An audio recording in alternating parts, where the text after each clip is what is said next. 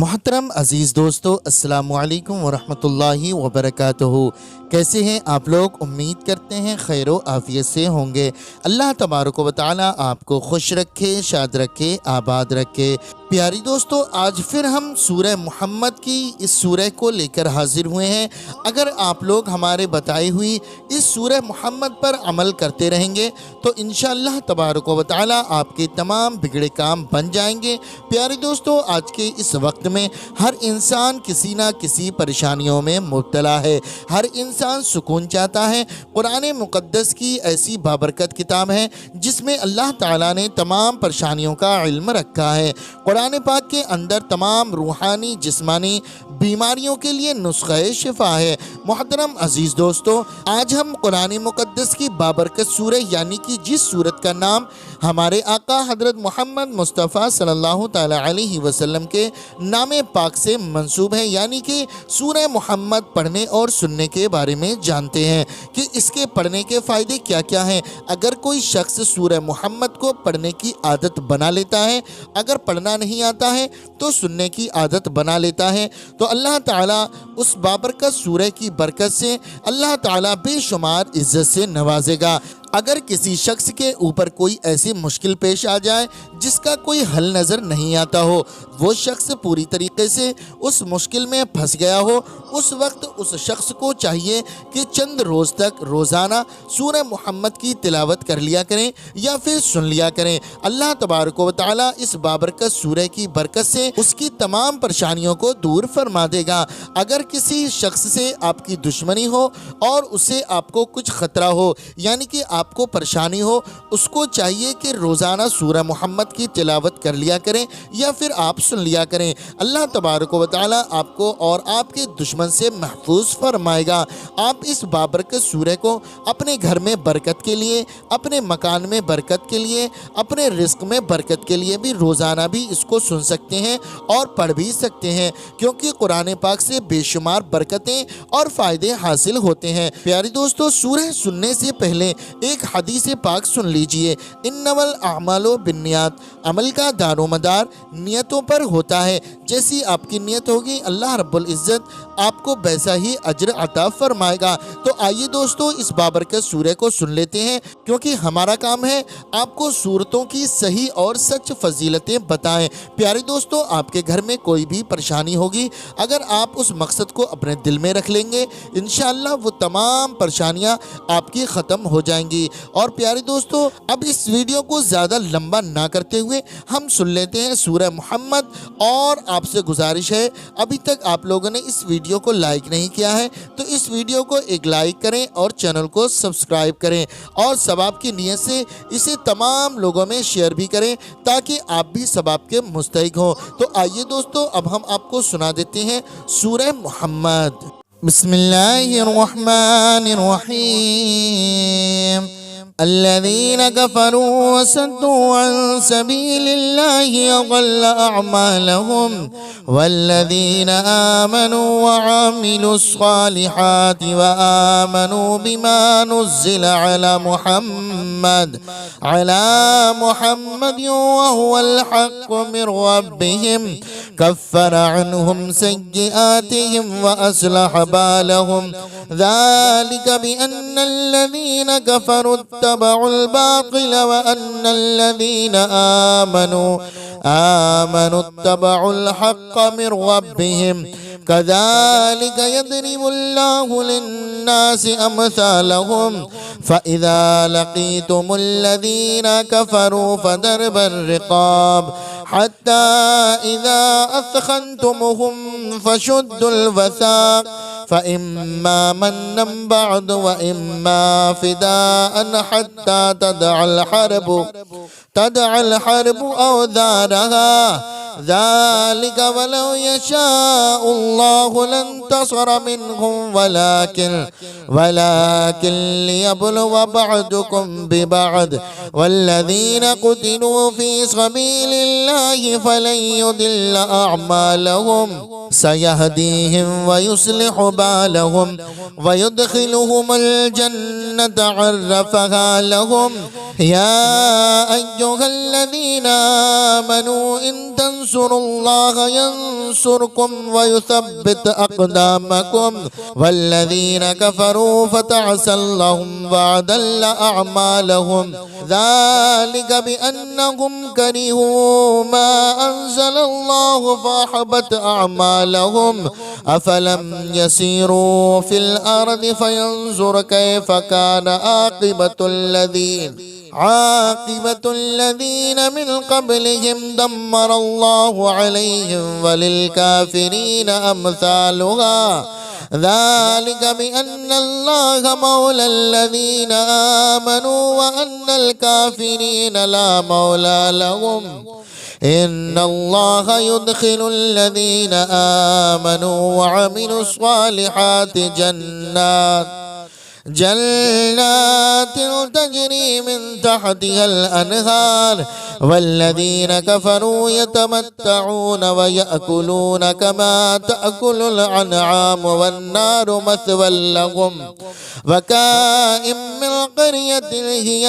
أشد قوة من قريتك التي أخرجتك أهلكناهم فلا ناصر لهم أفمن كان على بينات من ربه كمن زين له سوء عمله واتبعوا أهواءهم مثل الجنة التي وعد المتقون فيها أنهار من ماء غير آسن وأنهار من لبن لم يتغير طعمه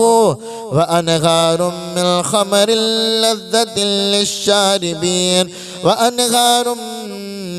من عسل مصفى ولهم فيها من كل ثمرات ومغفرة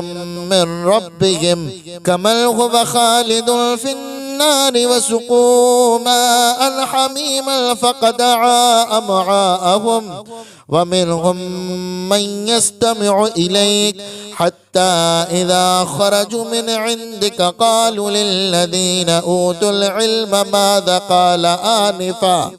أولئك الذين طبع الله على قلوبهم واتبعوا أهواءهم والذين اهتدوا زادهم هدى وآتاهم تقواهم فهل ينظرون إلى الساعة أن تأتيهم بغتة فقد جاء أشراتها فأنى لهم إذا جاءتهم ذكراهم فاعلم أنه لا إله إلا الله واستغفر لذنبك وللمؤمنين والمؤمنات والله يعلم متقلبكم ومثواكم ويقول الذين آمنوا لولا نزلت سورة فإذا أنزلت سورة محكمات وذكر فيها القتال رأيت الذين في قلوبهم مرض ينظرون إليك نظر المغشي عليه من الموت فأولى لهم طاعة وقول معروف فإذا عزم الأمر فلو صدقوا الله لكان خيرا لهم فهل عسيتم إن توليتم أن تفسدوا في الأرض وتقطعوا أرحامكم أولئك الذين لعنهم الله فعصماهم وعمى أبصارهم أفلا يتدبرون القرآن أم على قلوب أقفالها إن الذين ارتدوا على أدبارهم من بعد ما تبين لهم الهدى الشيطان سفل لهم وأملى لهم ذلك بأن أنهم قالوا للذين كرهوا ما نزل الله سنطيعكم في بعض الأمر والله يعلم إسرارهم فكيف إذا توفتهم الملائكة يضربون وجوههم وأدبارهم ذلك بأنهم اتبعوا ما أسخط الله وكرهوا رضوانه فأحبط أعمالهم أم حسب الذين في قلوبهم مرض أن لن يخرج الله أضغانهم ولو نشاء لأريناكهم فلعرفتهم بسيماهم ولتعرفنهم في لحن القول والله يعلم أعمالكم ولنبلونكم حتى نعلم المجاهدين منكم والصابرين ونبلو أخباركم إن الذين كفروا وصدوا عن سبيل الله واشاقوا الرسول من بعد ما تبين لهم الهدى لن يضروا الله شيئا وسيحبط أعمالهم يا أيها الذين آمنوا أطيعوا الله وأطيعوا الرسول ولا تبطلوا أعمالكم إن الذين كفروا وصدوا عن سبيل الله ثم ماتوا وهم كفار فلن يغفر الله لهم فلا تهنوا وتدعوا إلى السلم وأنتم الأعلون والله معكم ولن يتركم أعمالكم إنما الحياة الدنيا لعب ولهب وإن تؤمنوا وتتقوا يؤتيكم أجوركم ولا يسألكم أموالكم إن يسألكمها فيحفكم تبخلوا ويخرج أدغانكم ها أنتم هؤلاء تدعون لتنفقوا في سبيل الله فمنكم من يبخل ومن يبخل فإنما يبخل عن نفسه والله الغني وأنتم الفقراء وإن تتولوا يستبدل قوما غيركم ثم لا يكونوا أمثالكم بسم الله الرحمن الرحيم الذين كفروا وصدوا عن سبيل الله أضل أعمالهم والذين آمنوا وعملوا الصالحات وآمنوا بما نزل على محمد وهو الحق من ربهم كفر عنهم سيئاتهم وأصلح بالهم ذلك بأن الذين كفروا اتبعوا الباطل وأن الذين آمنوا اتبعوا الحق من ربهم كذلك يضرب الله للناس أمثالهم فإذا لقيتم الذين كفروا فضرب الرقاب حتى إذا أثخنتمهم فشدوا الوثاق فإما منا بعد وإما فداء حتى تدع الحرب أوزارها ذلك ولو يشاء الله لانتصر منهم ولكن ليبلو بعضكم ببعض والذين قتلوا في سبيل الله فلن يضل أعمالهم سيهديهم ويصلح بالهم ويدخلهم الجنة عرفها لهم يا أيها الذين آمنوا إن تنصروا الله ينصركم ويثبت أقدامكم والذين كفروا فتعسا لهم وأضل أعمالهم ذلك بأنهم كرهوا ما أنزل الله فأحبط أعمالهم أفلم يسيروا في الأرض فينظر كيف كان عاقبة الذين من قبلهم دمر الله عليهم وللكافرين أمثالها ذلك بأن الله مولى الذين آمنوا وأن الكافرين لا مولى لهم إن الله يدخل الذين آمنوا وعملوا الصالحات جنات تجري من تحتها الأنهار والذين كفروا يتمتعون ويأكلون كما تأكل الأنعام والنار مثوى لهم وكائن من قرية هي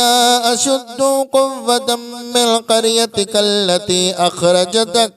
أهلكناهم فلا ناصر لهم أفمن كان على بينات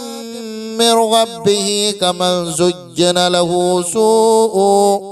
سوء عمله واتبعوا أهواءهم مثل الجنة التي وعد المتقون فيها أنهار من ماء غير آس وأنهار من لبن لم يتغير طعمه وأنهار من خمر لذة للشاربين وأنهار من عسل مصفى ولهم فيها من كل ثمرات ومغفرة من ربهم كمن هو خالد في النار وسقوا ماء حميما فقطع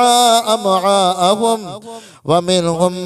من يستمع إليك حتى إذا خرجوا من عندك قالوا للذين أوتوا العلم ماذا قال آنفا أولئك الذين طبع الله على قلوبهم واتبعوا أهواءهم والذين اهتدوا زادهم هدى وآتاهم تقواهم فهل ينظرون إلى الساعة أن تأتيهم بغتة فقد جاء أشراتها فأنى لهم إذا جاءتهم ذكراهم فاعلم أنه لا إله إلا الله واستغفر لذنبك وللمؤمنين والمؤمنات والله يعلم متقلبكم ومثواكم ويقول الذين آمنوا لولا نزلت سورة فإذا أنزلت سورة محكمات وذكر فيها القتال رأيت الذين في قلوبهم مرض ينظرون إليك نظر المغشي عليه من الموت فأولى لهم طاعة وقول معروف فإذا عزم الأمر فلو صدقوا الله لكان خيرا لهم فهل عسيتم إن توليتم أن تفسدوا في الأرض وتقطعوا أرحامكم أولئك الذين لعنهم الله فعصماهم وأعمى أبصارهم أفلا يتدبرون القرآن أم على قلوب أقفالها إن الذين ارتدوا على أدبارهم من بعد ما تبين لهم الهدى الشيطان سفل لهم وأملى لهم ذلك بأن أنهم قالوا للذين كرهوا ما نزل الله سنطيعكم في بعض الأمر والله يعلم إسرارهم فكيف إذا توفتهم الملائكة يضربون وجوههم وأدبارهم ذلك بأنهم اتبعوا ما أسخط الله وكرهوا رضوانه فأحبط أعمالهم أم حسب الذين في قلوبهم مرض أن لن يخرج الله أضغانهم ولو نشاء لأريناكهم فلعرفتهم بسيماهم ولتعرفنهم في لحن القول والله يعلم أعمالكم ولنبلونكم حتى نعلم المجاهدين منكم والصابرين ونبلو أخباركم إن الذين كفروا وصدوا عن سبيل الله واشاقوا الرسول من بعد ما تبين لهم الهدى لن يضروا الله شيئا وسيحبط أعمالهم يا أيها الذين آمنوا أطيعوا الله وأطيعوا الرسول ولا تبطلوا أعمالكم إن الذين كفروا وصدوا عن سبيل الله ثم ماتوا وهم كفار فلن يغفر الله لهم فلا تهنوا وتدعوا إلى السلم وأنتم الأعلون والله معكم ولن يتركم أعمالكم إنما الحياة الدنيا لعب ولهب وإن تؤمنوا وتتقوا يؤتيكم أجوركم ولا يسألكم أموالكم إن يسألكمها فيحفكم تبخلوا ويخرج أضغانكم ها أنتم هؤلاء تدعون لتنفقوا في سبيل الله فمنكم من يبخل ومن يبخل فإنما يبخل عن نفسه والله الغني وأنتم الفقراء وإن تتولوا يستبدل قوما غيركم ثم لا يكونوا أمثالكم بسم الله الرحمن الرحيم الذين كفروا وصدوا عن سبيل الله أضل أعمالهم والذين آمنوا وعملوا الصالحات وآمنوا بما نزل على محمد وهو الحق من ربهم كفر عنهم سيئاتهم وأصلح بالهم ذلك بأن الذين كفروا اتبعوا الباطل وأن الذين آمنوا اتبعوا الحق من ربهم كذلك يضرب الله للناس أمثالهم فإذا لقيتم الذين كفروا فضرب الرقاب حتى إذا أثخنتمهم فشدوا الوثاق فإما منا بعد وإما فداء حتى تدع الحرب أوزارها ذلك ولو يشاء الله لانتصر منهم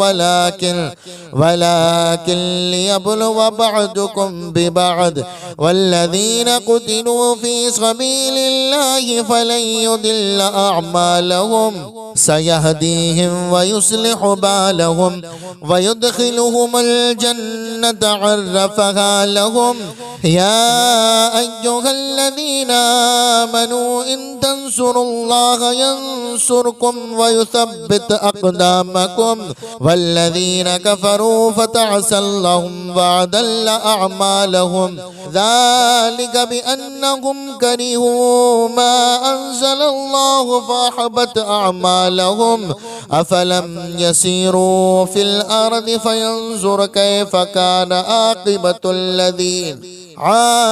الذين من قبلهم دمر الله عليهم وللكافرين أمثالها ذلك بأن الله مولى الذين آمنوا وأن الكافرين لا مولى لهم إن الله يدخل الذين آمنوا وعملوا الصالحات جنات تجري من تحتها الأنهار والذين كفروا يتمتعون ويأكلون كما تأكل الأنعام والنار مثوى لهم وكائن من قرية هي أشد قوة من قريتك التي أخرجتك أهلكناهم فلا ناصر لهم أفمن كان على بينات من ربه كمن زين له سوء عمله واتبعوا أهواءهم مثل الجنة التي وعد المتقون فيها أنهار من ماء غير آسن وأنهار من لبن لم يتغير طعمه وأنهار من خمر لذة للشاربين وأنهار من عسل مصفى ولهم فيها من كل ثمرات ومغفرة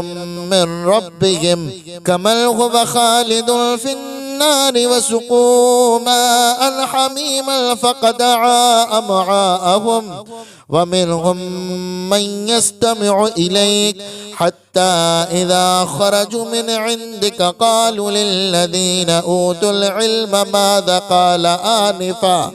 أولئك الذين طبع الله على قلوبهم واتبعوا أهواءهم والذين اهتدوا زادهم هدى وآتاهم تقواهم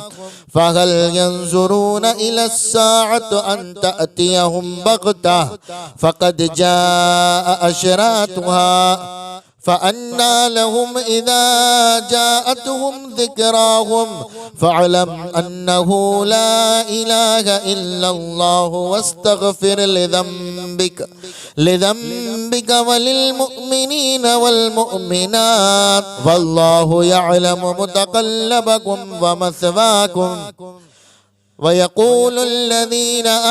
آمنوا لولا نزلت سورة فإذا أنزلت سورة محكمات وذكر فيها القتال رأيت الذين في قلوبهم مرض ينظرون إليك نظر المغشي عليه من الموت فأولى لهم طاعة وقول معروف فإذا عزم الأمر فلو صدقوا الله لكان خيرا لهم فهل عسيتم إن توليتم أن تفسدوا في الأرض وتقطعوا أرحامكم أولئك الذين لعنهم الله فعصماهم وعمى أبصارهم أفلا يتدبرون القرآن أم على قلوب أقفالها إن الذين ارتدوا على أدبارهم من بعد ما تبين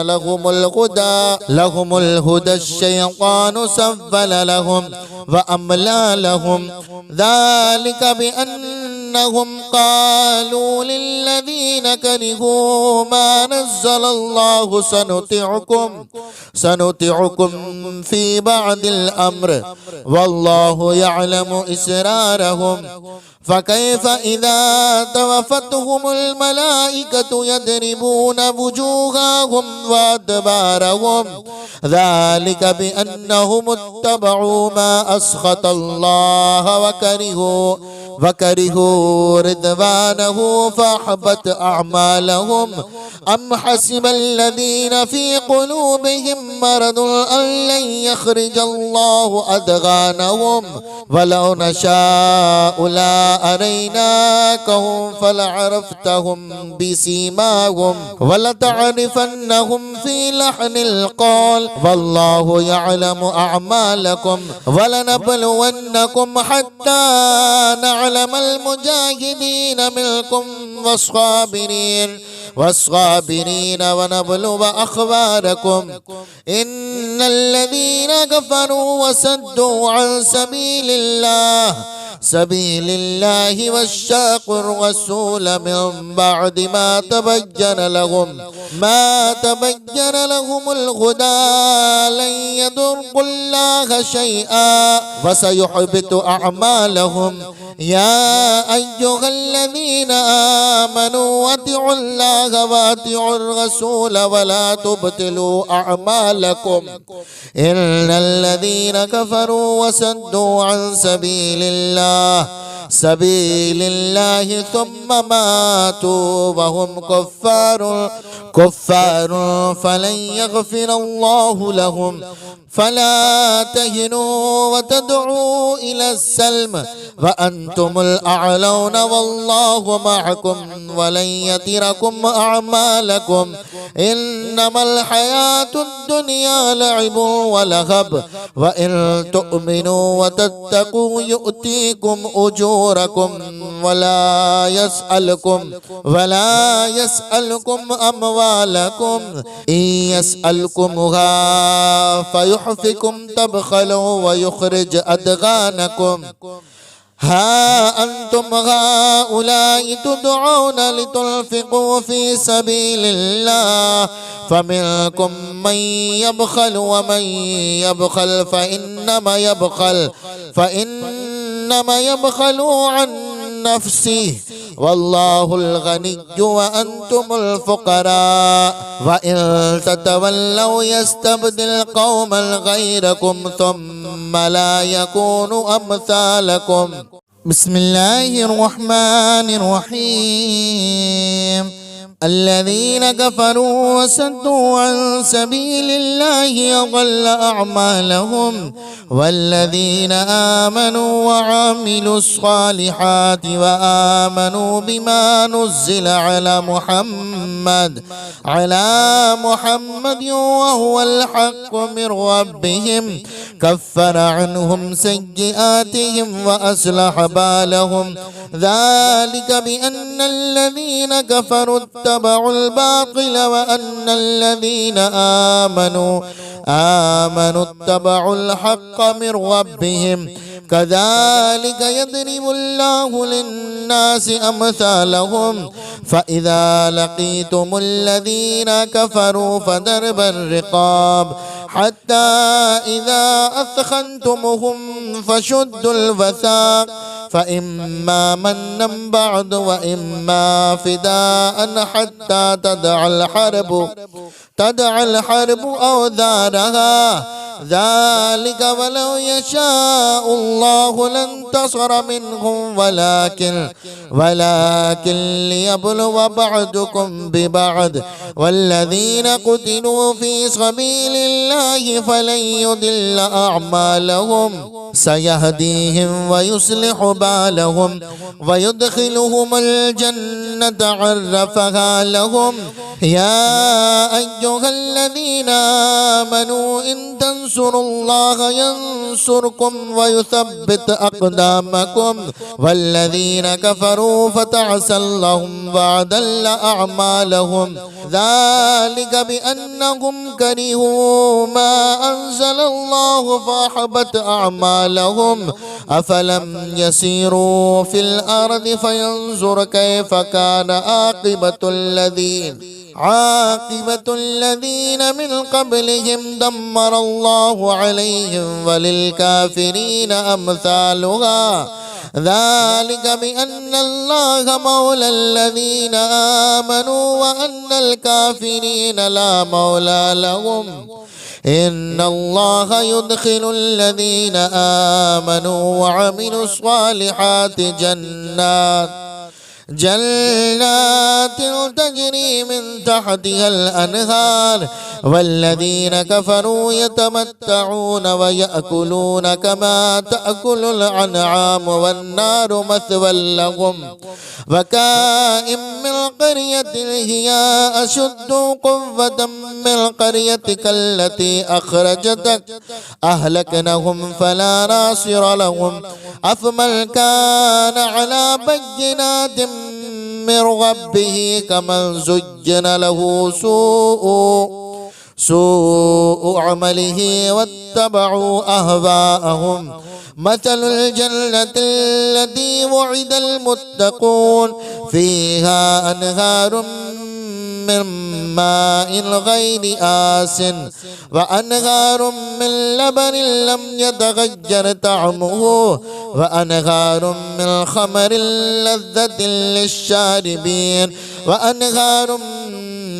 من عسل مصفى ولهم فيها من كل ثمرات ومغفرة من ربهم كمن هو خالد في النار وسقوا ماء حميما فقطع أمعاءهم ومنهم من يستمع إليك حتى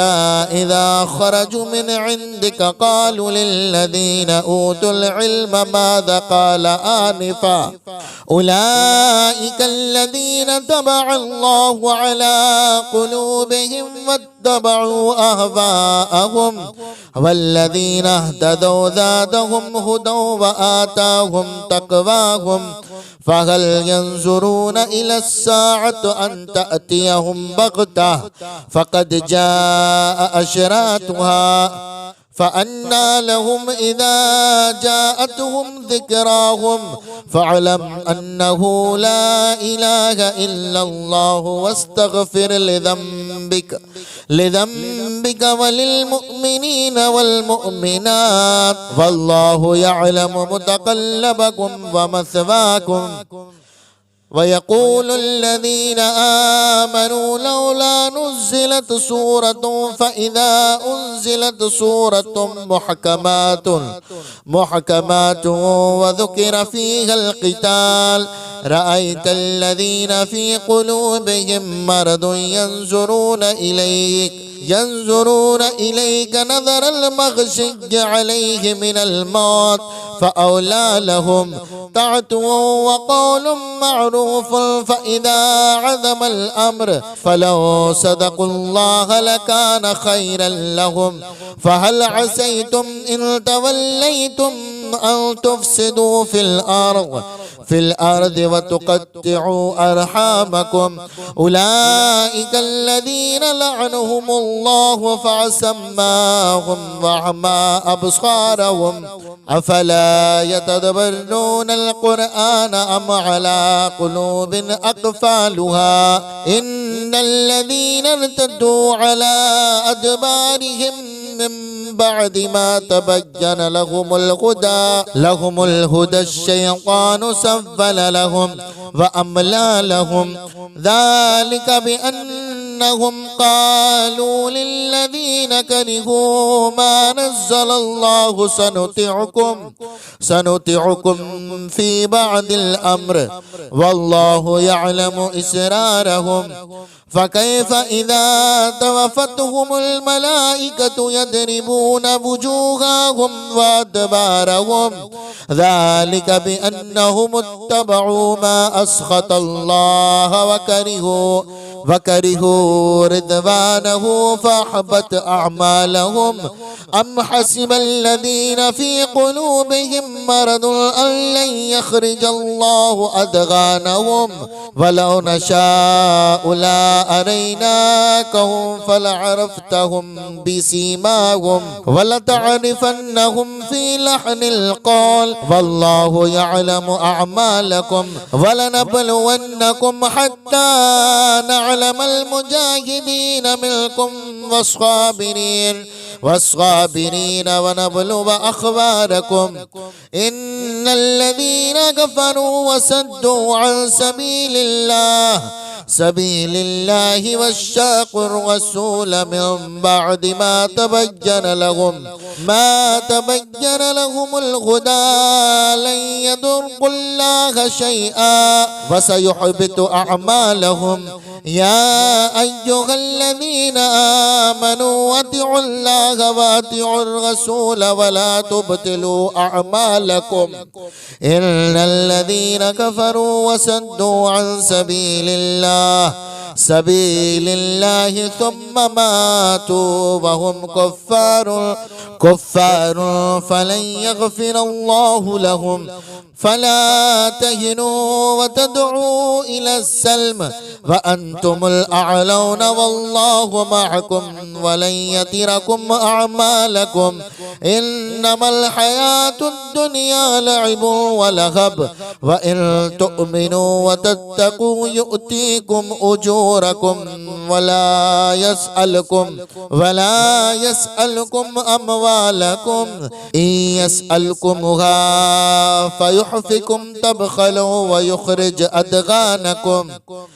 ها أنتم هؤلاء تدعون لتنفقوا في سبيل الله فمنكم من يبخل ومن يبخل فإنما يبخل عن نفسه والله الغني وأنتم الفقراء وإن تتولوا يستبدل قوما غيركم ثم لا يكونوا أمثالكم بسم الله الرحمن الرحيم الذين كفروا وصدوا عن سبيل الله أضل أعمالهم والذين آمنوا وعملوا الصالحات وآمنوا بما نزل على محمد وهو الحق من ربهم كفر عنهم سيئاتهم وأصلح بالهم ذلك بأن الذين كفروا اتبعوا الباطل وأن الذين آمنوا اتبعوا الحق من ربهم كذلك يضرب الله للناس أمثالهم فإذا لقيتم الذين كفروا فضرب الرقاب حتى إذا أثخنتمهم فشدوا الوثاق فإما منا بعد وإما فداء حتى تدع الحرب أوزارها ذلك ولو يشاء الله لانتصر منهم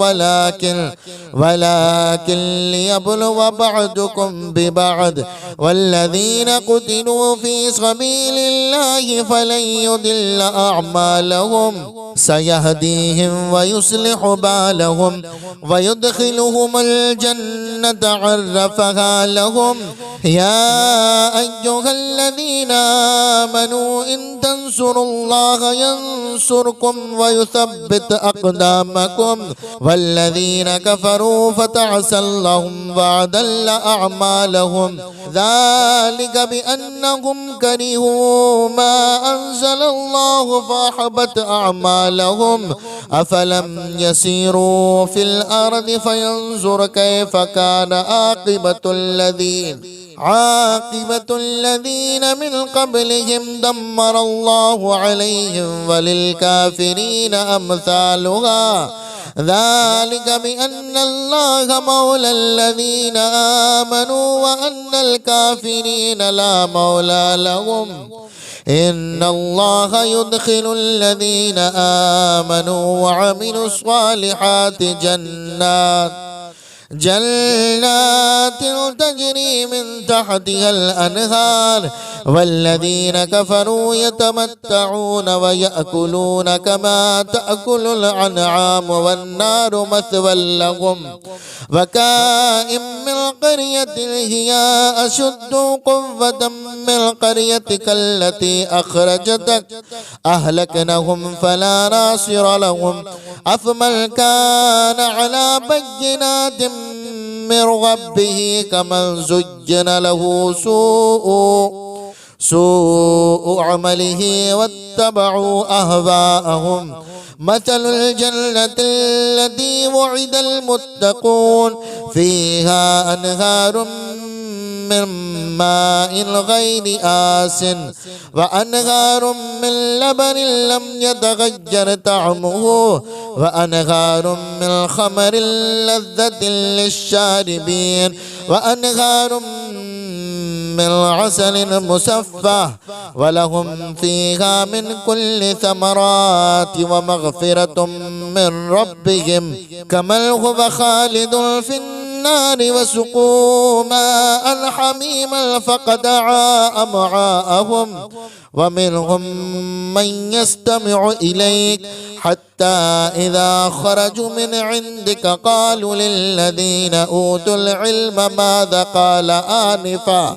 أولئك الذين طبع الله على قلوبهم واتبعوا أهواءهم والذين اهتدوا زادهم هدى وآتاهم تقواهم فهل ينظرون إلى الساعة أن تأتيهم بغتة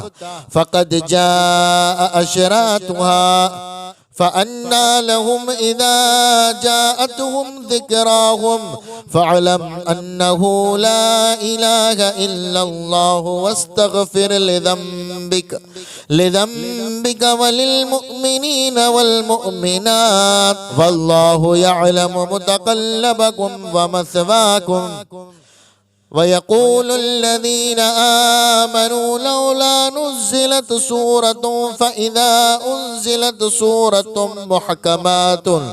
محكمات وذكر فيها القتال رأيت الذين في قلوبهم مرض ينظرون إليك نظر المغشي عليه من الموت فأولى لهم طاعة وقول معروف فإذا عزم الأمر فلو صدقوا الله لكان خيرا لهم فهل عسيتم إن توليتم أن تفسدوا في